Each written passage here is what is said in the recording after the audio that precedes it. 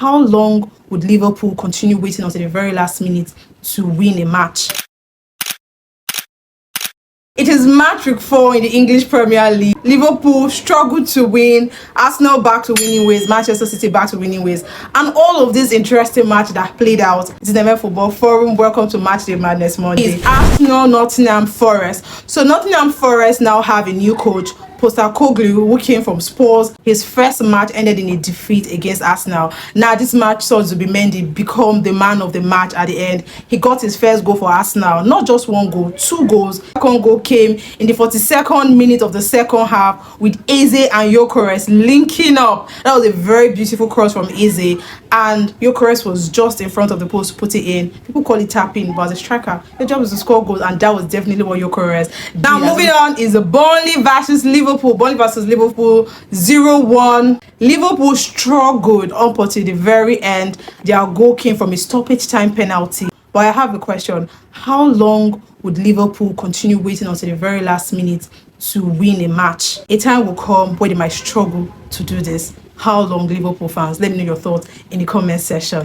Now moving on is Brentford-Chelsea. Brentford-Chelsea ended in a 2-2 draw in GW4 Community Stadium.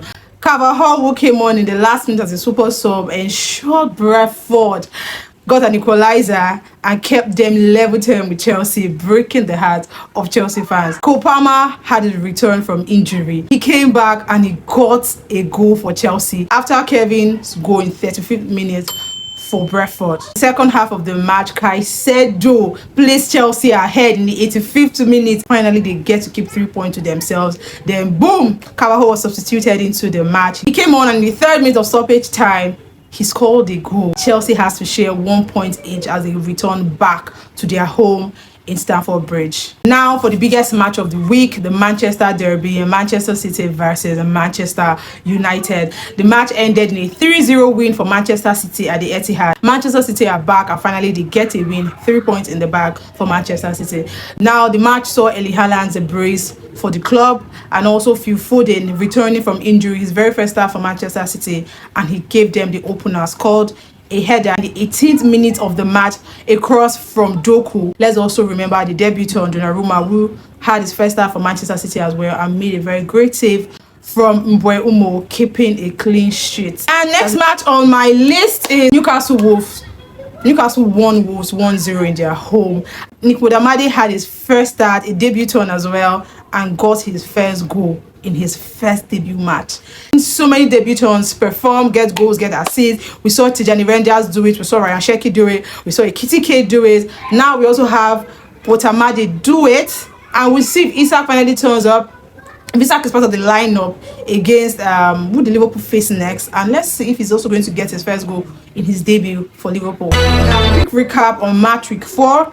Bournemouth-Brighton. Bournemouth beat Brighton 2-1. On the score sheet, we have Alex Scott. We also have Anthony Semenyo as well. And for Brighton, we have Mitoma, who scored in the 48th minute, the professor himself. Semenyo scored. If you have Semenyo on FPL, I'm certain he gave you more than 9 points this Gameweek, because it's also on my FPL. And then moving on is Crystal Palace Sunderland. Crystal Palace Sunderland ended in a 0-0 draw.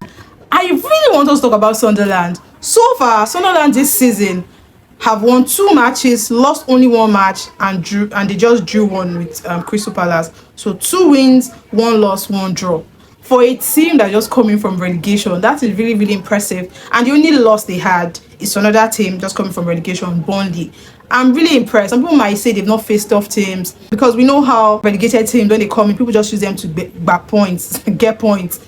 But for some reason, they've been standing their ground so far. But we'll see them against tougher teams, and then we'll see how well they can do. Because right now, they are either 6th, 7th, or 8th on the Premier League table. I am not so sure. Moving on is Fulham Leeds. Fulham won Leeds 1-0 in Fulham's home. West Ham Spurs. West Ham again will be relegated this season.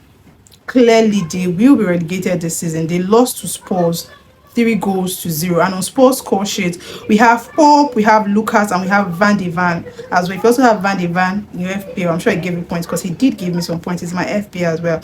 And then West Ham currently only have 3 points, and they are 18th on the Premier League table. And don't forget to like, subscribe, share, join our conversation, and celebrate the game. See you next week on Gameweek 5. Do have a lovely time.